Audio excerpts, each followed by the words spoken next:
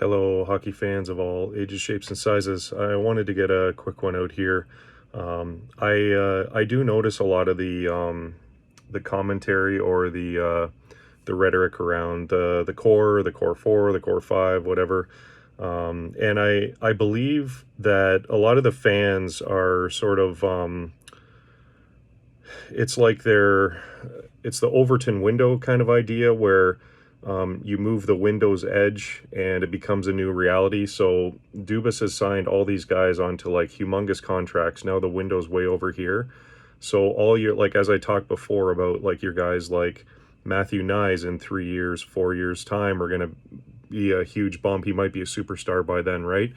And you can leverage that in the meantime, like all teams do. You know, you squeeze all the lemon juice out of the out of the lemon, or the juice out of the orange, as they say, right? Freshly squeezed. But I think with that Overton window, or what I'm trying to relate to here, is the fact that these huge contracts, in comparison, it's got fans and everybody thinking like, we got to just try to keep, and I don't necessarily think the O-Dog scrap heap is hilarious, that he's got the spine to say that. Kudos to you, buddy. But that's the kind of idea, right? It's like, I won't be so bold. I guess I'll just say that you got to kind of fancy foot around these contracts and just bring on low end guys or whatever.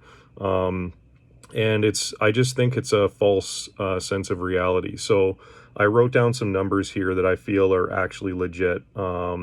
And keep in mind, when you sign a guy, it's guaranteed money. So if they get injured or whatever, like the coach. And just one thing before I get into the numbers, it's like people keep saying like, oh, you got to sign Kiefer, you got to let him go. And I just think it's somewhere in between. Like, I don't think a coach fighting for his job is like a lame duck by any means. I don't subscribe to that mentality. I actually subscribe to the mentality of motivation, right? He's got the motivation to kick ass, to get to the conference final or win the damn cup next year, or else he's gone. So that is basically someone who you can dangle a carrot, aka his job, for future years. And he goes really far next year, sign him to like a 3-4 year deal, right? It's like, to me, merit is earned. And this false reality of like these, you know, some of these huge contracts and stuff, and we got to just, Schen's got to take, like a million or something, as some fans I'm hearing or whatever. It's just so unrealistic. Like, I think Shen, like a fine wine, that guy's aging really well, and he's got the maturity now, and he can chirp and talk, and he's got like, I think 3 or 4 kids, a wonderful family, man. Good for you, man. And he's got to feed his family. So realistically, I think Justin Bourne was like pretty bang on with his number on O'Reilly today, and also maybe he was a little bit low on the Shen one, and I kind of agree with Sammy and Kipper on the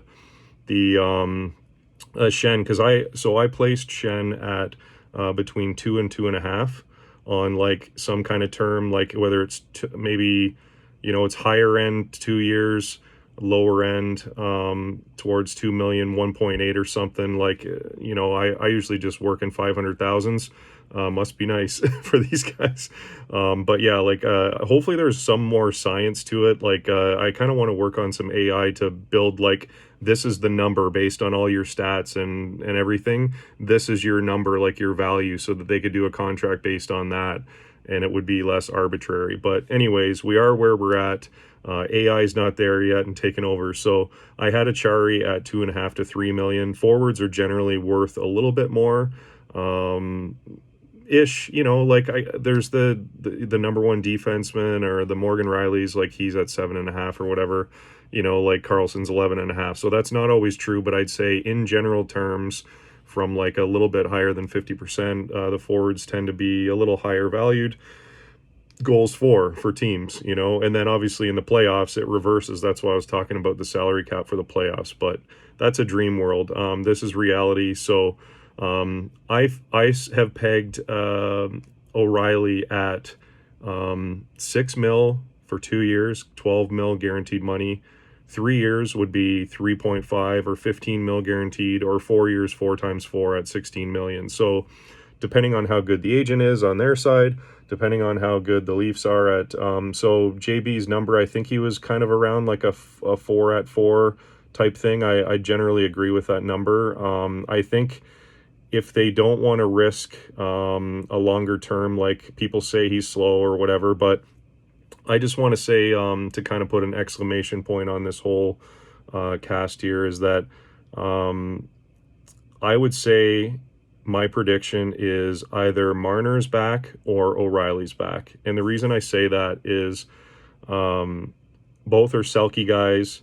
I know Marner's on the wing and O'Reilly's at center, but O'Reilly could play on the wing, especially on the power play or whatever, like do a similar job to Marner. And I think both being Selke guys.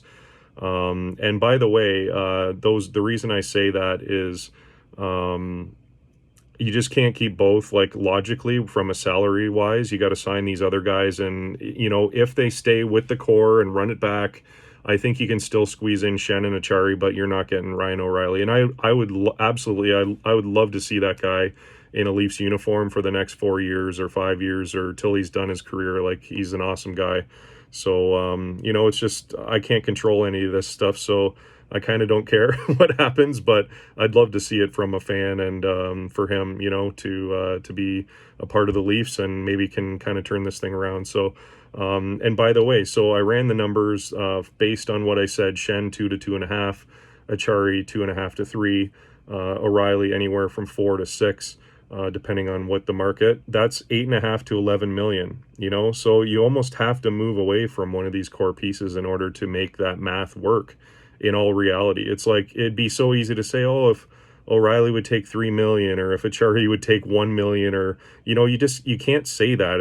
It's so far from reality that just because you have these guys signed to like half of the cap with like your core 4 or 5 guys, and you're trying to like, dog scrap heap mentality. It's or his analogy is like, it's like I'll give him a plus on that for saying that, because that's sort of an indication to the general management that you can't treat your extra guys like a scrap heap. And I think my gut says that something's going to be done, and Ryan O'Reilly is going to be there, and one of the guys will get moved, because he did say, we're stressing the core is kind of, it's more about the team. And I do agree with Johnny about the depth thing. So you got to have depth, you got to have grinders, you got to have your 6 and 6, as I said, like your 6 playmakers and scorers, your 6 grinders and muckers, fighters, whatever, hitters.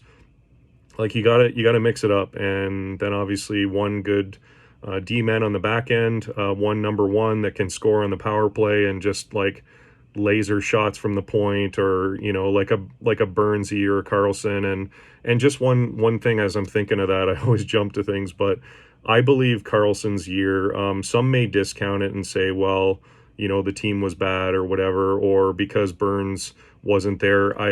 I do feel like there's something to that. What he did was truly special in the eyes of analysts and stuff, like who I've listened to or talked with and kind of back channeled info. It's like Karlsson was like nearly half of the offense of the Sharks, which is completely nut job type year. It's like, I love the position of that contract, and I want to say that,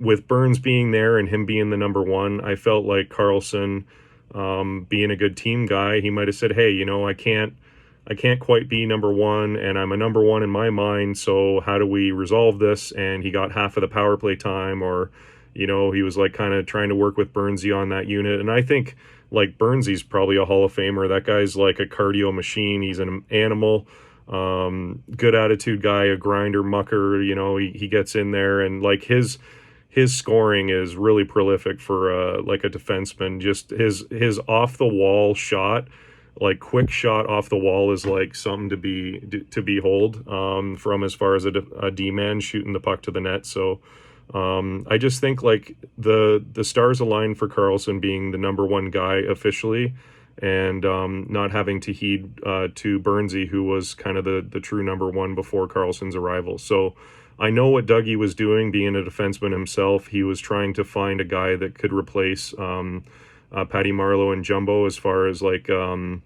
finding like a franchise centerpiece like Carlson. So I hope he stays, but I'm hearing a lot of rumblings out there. And just the last thing around the Sharks Leafs, or whatever, the Leafs might deal with the Ducks, or who knows, right, with all these cap guys. But I could see potentially if any one of the core is coming down, and either Carlson or like maybe a Vlasic or Logan Couture is going back. All those guys have no move clauses and stuff, but if they worked something out with any of them, like I think those guys make logical sense, especially if it'd be Matthews. It'd probably be like Couture and Pickles plus like a pick or something, you know what I mean? Or it'd be like Matthews for Carlson straight up. It's like something like that would be an absolute blockbuster, like shake the whole NHL this summer. But I don't know. I kind of don't see Carlson moving. I hope he stays because I'm a fan and a fan of the Sharks, and I love watching. Maybe he'll go for more Norrises next year, or more. They need to create a Bobby Orr trophy, but for like the offensive, and then Norris for defensive. But that's another thing. That's another fantasy dream that I have. But those are the numbers, plain and simple, for the Leafs. And I think if they're looking to trade or sign and trade, they got a lot of teams in the West, the Blackhawks as well, that are huge amount of cap space, and they could give a lot of futures back. They're a long way. They're all rebuilding. The Leafs could go for it, and a guy like Logan Couture or whatever, he's kind of like a Pavs in the playoffs. He's unbelievable competitive type guy, and if he waived his no move or whatever, if he came as a package like for a Willie Nylander or a Marner or a Matthews like down to San Jose, I could definitely see like they would be asking for sure about Logan Couture, because he could add some of that depth at center, and he's definitely he's a hardcore playoff guy. He's a Selke type guy too. So that's my prediction. Marner or O'Reilly are back, and then all the other stuff is just pure speculation because I don't care. It's fun. Cheers.